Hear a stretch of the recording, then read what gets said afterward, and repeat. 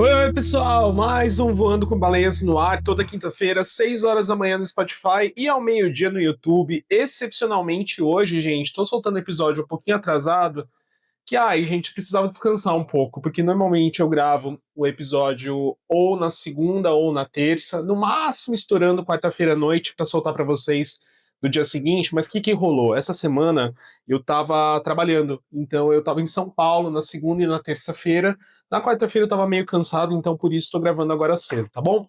Dito isso, como que vocês estão? Espero que estejam bem. Pessoal, seguinte, quero começar o episódio com uma indicação para vocês. Hoje o episódio vai ser meio salada, meio droga, um pouquinho de salada, um pouquinho de droga, porque a gente vai falar de coisas que estão passando aqui pela minha cabeça, algumas reflexões mais profundas, mas também quero dar diquinhas para vocês, tá? Diquinhas especialmente para os otakus aí de plantão, para as pessoas que estão procurando um anime ou conteúdo relacionado a anime também, tá? Mas vamos começar com isso daqui.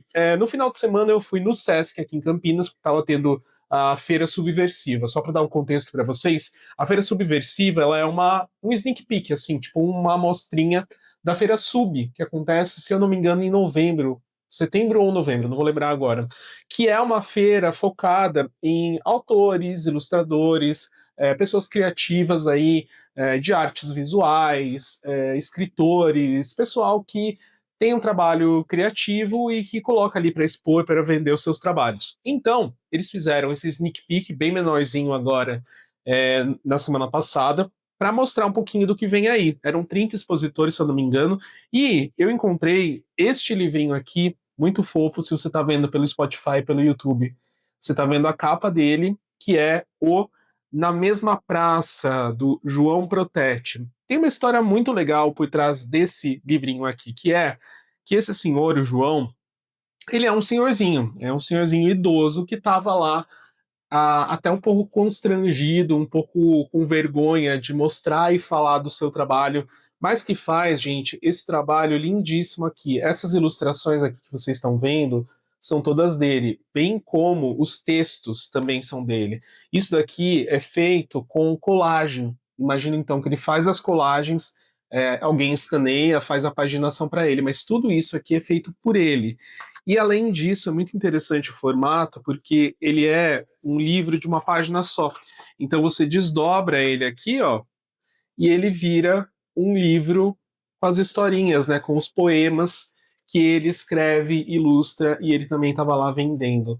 Então, é muito legal a gente incentivar, sempre gosto muito de feirinhas e coisas que reúnem pessoas criativas, porque eu acho muito legal a gente incentivar as pessoas a criar, a desenvolver seus trabalhos aí, a terem até mesmo um recomeço, porque foi muito o que a Mari falou, né? Minha namorada falou, é muito legal ver ele fazendo isso, porque é um modo dele mexer com a cabeça, é um modo de se sentir vivo, fazer parte de alguma coisa. Então procurem depois, deixa eu ver se tem aqui redes sociais.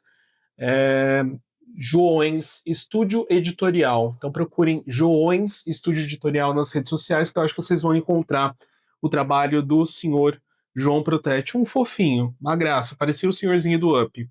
E tava lá vendendo. Ah, achei aqui, ó. Instagram.com/barra Joões Estudo Editorial. E ele tava lá vendendo os livrinhos dele e a arte dele e contando as histórias dele.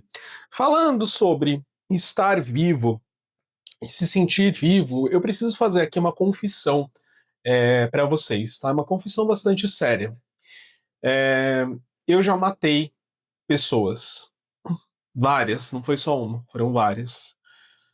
Mas ao mesmo tempo eu também já morri.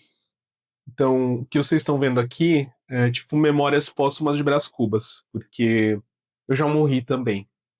Mas por que eu tô falando disso? Eu ando pensando muito, até por uma série de motivos pessoais, que não vem ao caso abrir aqui, porque eu também não quero perder tempo com isso, mais do que eu já venho perdendo e pensando, que a gente mata e morre em vida. Mas o que eu quero dizer com isso? Já parou para pensar naqueles relacionamentos que eram muito bons, que eram muito legais, que eram quase que indispensáveis na sua vida e que do nada, de uma hora para outra, sem motivo aparente ou motivo que você saiba ou que você soubesse, acabam, simplesmente somem, desaparecem, como se você tivesse morrido para aquela pessoa? ou como se você tivesse matado aquela pessoa porque você sai da vida dela sem aviso prévio.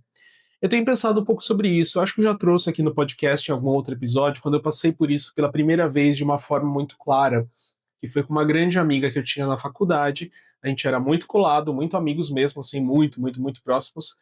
E de uma hora para outra, sem que eu tivesse qualquer tipo de aviso prévio, sinal ou briga, qualquer coisa do tipo, ela desapareceu. Ela parou de responder as minhas mensagens, parou de falar comigo. Eu me esforcei muito para conseguir falar com ela, então eu tentava até conversar com amigos próximos dela para entender se tinha acontecido alguma coisa, se ela tinha falado, se eu tinha feito alguma coisa. E eu me esforcei durante muito tempo, mas foi só aí que eu percebi que eu já estava morto em vida. E a gente faz isso também, né? Não estou me eximindo aqui disso, mas é um movimento muito estranho, porque eu acho que parece que tudo é muito descartável, sabe? Você ocupava um lugar de importância, você ocupava um lugar de relevância na vida do outro, e ele ocupava um lugar importante para você, só que do nada alguma coisa muda na sua cabeça que você acha que pode simplesmente ir embora sem falar nada. E isso causa dúvida, causa estranhamento, causa tristeza em alguma medida, porque é uma falta, gente. Você investiu tempo naquele relacionamento. Eu tô falando aqui de relacionamento, você pode colocar no contexto que você quiser. Pode ser um relacionamento familiar, de amigos, amoroso, né, também. Então, sabe, parece que não tem uma oficialização daquilo. Tipo, olha, eu não quero mais, eu não quero mais falar, eu não quero mais me relacionar, eu não tenho mais interesse. Hoje em dia, em comparação com o que eu passei da outra vez que isso aconteceu com intensidade, eu tô muito mais tranquilo. Eu só olho e falo, tá, beleza, ok. Então é isso, seguimos a vida. Porque eu acho que a nossa vida, ela tem que ser boa pela gente, né? Ela tem que ser boa porque a gente constrói ela boa. E ela tem que continuar boa, mesmo sem esta ou aquela pessoa. As pessoas vêm para somar, vêm para complementar, vêm para deixar a gente mais feliz, vêm para apoiar. Se elas deixam de cumprir esse papel, se elas optam por sair, não tem por que você ficar triste, chateado. Lógico, você vai ficar um pouquinho, mas o que eu quero dizer é não atrelar a sua felicidade ou a maior parte dela àquela pessoa, não colocar os bons momentos apenas naquele relacionamento, porque de uma hora para outra a pessoa pode tomar uma decisão que não te envolve. Ser amigo é uma decisão que envolve duas pessoas, mas deixar de ser é uma decisão muito individual e egoísta. Só que é interessante que ela seja comunicada de alguma forma ou que haja algum sinal, porque é diferente quando você tem uma relação que está em deterioração, quando ela passa por brigas, por conflitos, por traições, né? Você tem todos os sinais ali, mas quando eu falo de morrer em vida, é literalmente um acidente fatal. Tipo, é literalmente existe agora, no dia seguinte não existe mais. É como se fosse um grande sonho, como se nada daquilo tivesse acontecido, tivesse sido apagado e você nem tivesse percebido. Então, é muito delicado e perigoso a gente estar no lugar de quem é matado em vida, mas também é muito perigoso a gente matar outras pessoas em vida, né? Riscá-las da existência sem qualquer aviso prévio. Eu acho que antes de chegar nesse ponto, tem passos, processos e opções no meio do caminho que podem ser adotadas caso você realmente valorize aquela relação, porque matar em vida só acontece com quem é muito amigo, com quem é muito próximo, com quem realmente valoriza aquela relação. Então, é um pouco estranho e é um pouco infantil até pensar que do nada a pessoa decidiu por ela própria que ela não queria mais e ela não foi capaz de conversar, de trazer isso à tona, né? Mas aí, obviamente, tem a questão de lidar com desconforto, e não é todo mundo que está afim ou disposto ou sei lá, querendo lidar com isso. Lidar com desconforto é foda. Lidar com as coisas feias é foda. Se olhar pro feio é difícil. A parte de chata, complicada, complexa, realmente dá pra entender. Porque as pessoas simplesmente vão embora na mínima pedra que elas encontram no caminho, mas elas nem te informam que tem aquela pedrinha no caminho, sabe? Meio complicado. Enfim, fica aí a reflexão pra vocês. Tomem cuidado para não matar pessoas em vida, porque tem relações que valem a pena, tem relações que valem a pena, outras nem tanto. E se você foi morto em vida, só segue em frente, segue pro seu além-túmulo, segue pro seu além-vida e boa, sua vida não vai acabar porque alguém deixou de gostar de você ou se relacionar com você, tá bom? Bom, pessoal, essa é a reflexão. Agora eu queria trazer para vocês uma outra coisinha, duas indicações, na verdade, bem rapidinhas aqui. Eu tô um pouco obcecado em assistir anime, né? Eu falei para vocês da minha saga assistindo Digimon. Terminei as temporadas que eu queria terminar. Terminei até a quarta temporada.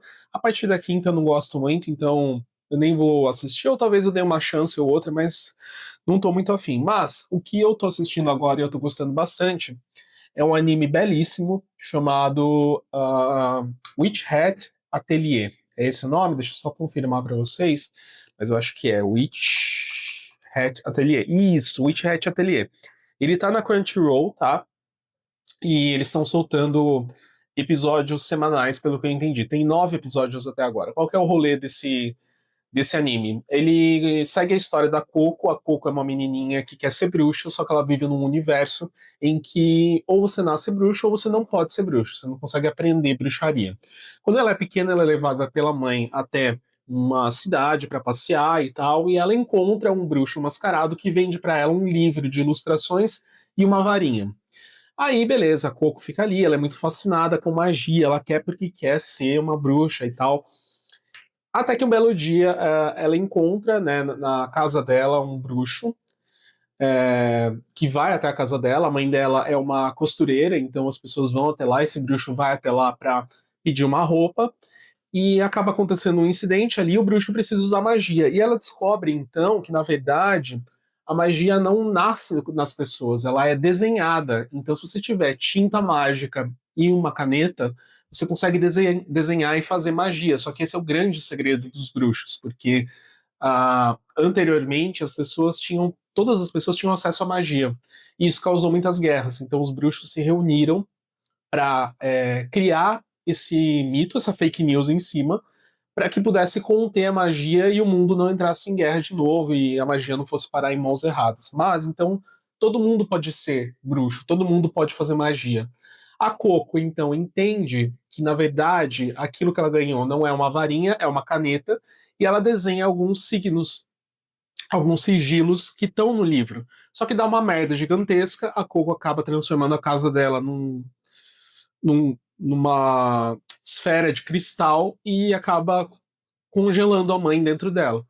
Então ela vira aprendiz desse bruxo para que ela possa se desenvolver, desafiar a biblioteca, que é o lugar onde tem um livro que pode reverter essa magia e trazer a mãe dela de volta. E aí a gente segue a história a partir daí. É muito legal porque, assim, é inevitável a gente pensar em algumas referências que tem nesse anime de outros lugares. Então você tem momentos que você pensa, putz, isso daqui é muito Harry Potter, ou tem outros momentos que você olha, se você assistiu Disney Fantasia, você vai identificar muito no comecinho a mesma dinâmica do Mickey. Com o bruxo é a dinâmica da Coco, com o livro e com os feitiços, sabe? Mas é um anime muito bonito, ele segue muito a vibe de Frieren, então ele não é aquele anime é, lotado de informação visual e luta o tempo todo. Ele tem muitos momentos de silêncio, muitos momentos de contemplação, de cenas muito lentas. Então é o vento batendo na grama, é um take assim da cidade ao fundo com o pôr do sol. Então tem momentos de respiro. Ele é muito bem feito, os personagens são muito cativantes, todos são muito bons. E então tá no 9º episódio. Então, se tiver oportunidade, assista aí a Witch Hat Atelier, que tá na Crunchyroll, lançando, como eu falei pra vocês, um episódio por semana. E também tem o mangá, por óbvio, né? Obviamente tem o mangá se você quiser comprar também, tá? Ainda nessa linha, gente, de animes, tem uma moça que eu sigo no TikTok, que eu vou tentar achar o nome dela. Ai, que bom, apareceu de primeira. Vocês já vão entender o que que é. Essa moça, ela é streamer, ela é cosplayer, ela é produtora de conteúdo, e o nome dela é Jahara Jade.